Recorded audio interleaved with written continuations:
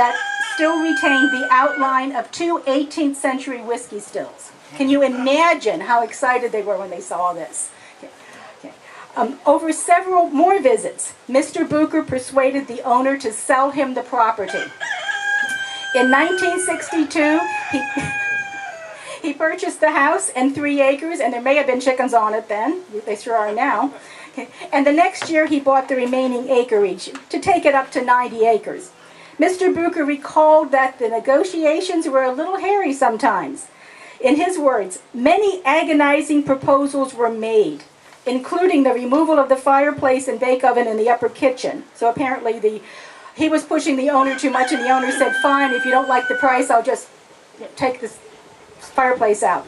But Mr. Bucher went on. With the help of a local resident, an agreement of sale was signed. So the deal was done.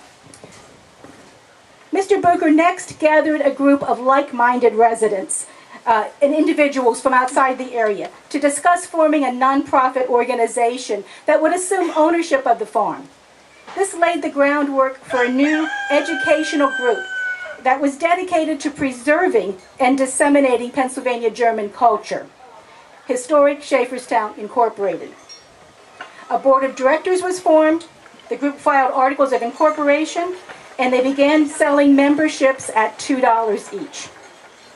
By 1966, Historic Schaefferstown had taken ownership of the farm, and they opened it to visitors on weekends and began holding festivals to raise funds and awareness of the house and its significance. Over the years, Historic Schaefferstown acquired other properties, as Alice mentioned, including the POSFA Hall and the Gemberling Rex House, but the Schaeffer Farm remains at the heart of our organization. Indeed, it's the very reason that the organization was formed. So it's very, very special to us. As Alice also mentioned, in 1998, we enlisted the help of Tim Noble of Noble Preservation, who may be joining us before the end of the ceremony. And he wrote, over a period of 13 years, I might add, the application. He wrote it, it became lost at some point in bureaucracy. When we finally got it back on track, there were some changes to be made, but after a long process, the application was accepted. Mr. Noble represented us in Washington, and we were approved. We'll be giving tours of the special property beginning at 12 today. I hope you'll sign up at the desk here in front of me to see the floor, both floors, the house area, as well as the distilling area in the basement. We thank you very much for joining us today. Right now, I'd like to turn the microphone over to Becky Ross of the National Park Service, Hopewell Furnace site. She's going to talk about landmark significance, and then we're going to introduce other of our special guests. Hello, I'm the Cultural Resource Manager of Hopewell Furnace, and I'm also the National Register Compliance Coordinator there. And I bring you greetings from my Superintendent, Edie Sheehan Hammond, and from the Director of the National Park Service, Jonathan Jarvis, and from Ken Salazar, Secretary of Interior. And congratulations to Alice Oscom, Diane Wenger, and also Historic Schaefferstown Incorporated for making this day happen. Congratulations to Tim Noble and Noble Preservation for their excellent National Historic Landmark nomination. We're gathered today to honor the preservation of Alexander Schaeffer's house, and also to dedicate it as National Historic Landmark and to unveil its plaque. Alexander, Henry, and Johanna Schaeffer would have been proud that their home and business is now a National Historic Landmark. And in 1758, Alexander Schaeffer acquired the first part of his 2.5-story bank house, this house here, and in 1771 he added a distillery.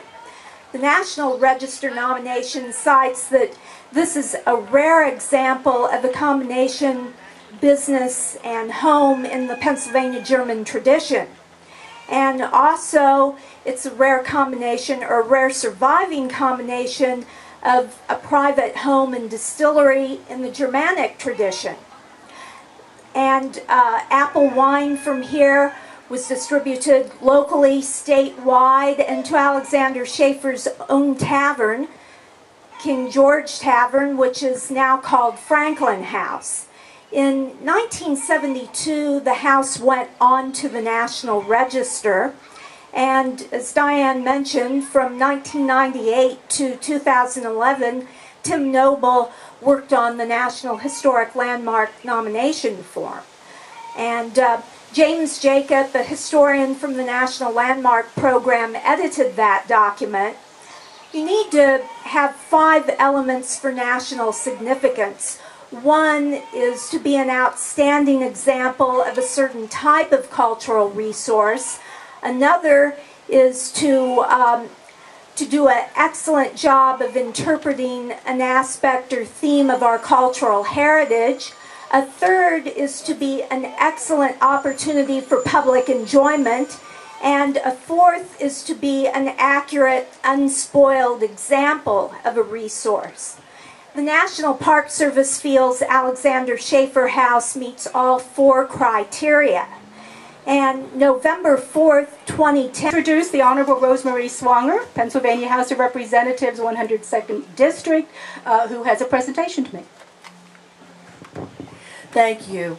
What a wonderful day here in Schaefferstown, not only weather-wise, but this historic event, a tribute to all the hard work that has gone in to making this site so beautiful and restoring it to its historic preservation.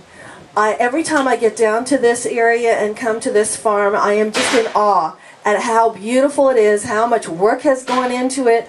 And every year I do look forward to the cherry fair because cherry ice cream, wow, that's the best, and the cherry pies. So I'm really glad to be here. And I do have a presentation. I have a citation from the House of Representatives.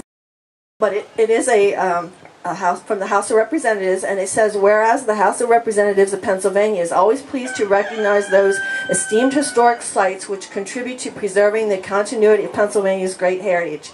And whereas the Alexander Schaeffer Farmhouse is being honored by Historic Schaefferstown, and whereas the farmhouse is part of Brendel Farms, a historic home and farm located...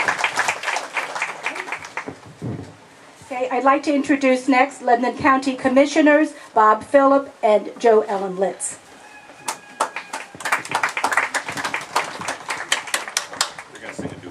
Well, good afternoon. Bob Phillips is just here to introduce Commissioner LItz. I was actually just here to visit and observe everything, but I appreciate the opportunity to say hello. And we do have a presentation that Commissioner LItz would like to make right now. Thank you, sir. Coming to this farm reminds me of when I was a child going to my grandfather's farm. On that farm, I would hear him and my grandma and my great aunt speak Pennsylvania Dutch. I'd hear the roosters crowing in the backgrounds.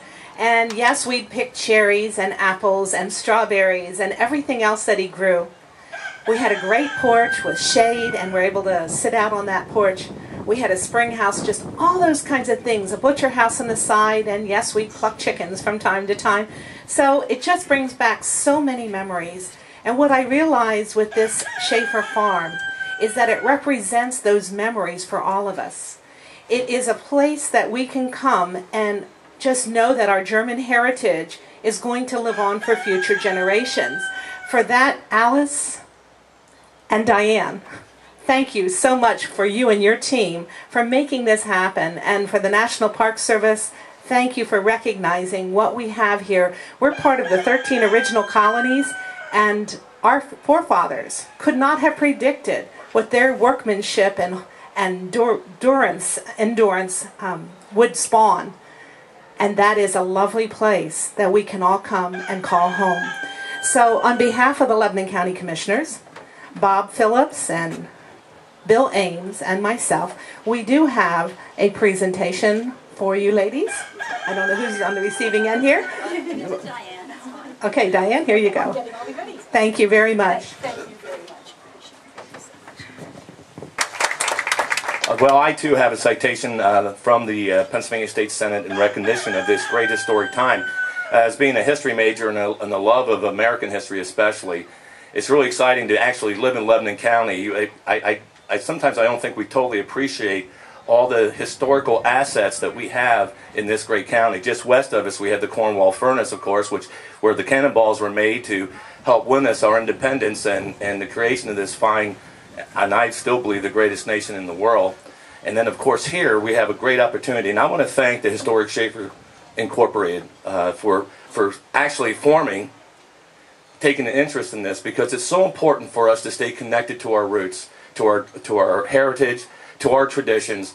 And this is a great example, and it's very exciting to have this location. Because once you take the tour of this location, one thing you're going to take notice to is that you will not find a better example of 18th century European architectural design. For those lovers of architecture and historic architecture, this is by far one of the finest examples. You will see, as you take the tour, an example of the industrial space alongside the living quarters, the residential side of the factor. So this location has so much to offer. So it's so exciting to know that it's been recognized officially, that we're on the national map, and on the behalf of the Pennsylvania State Senate.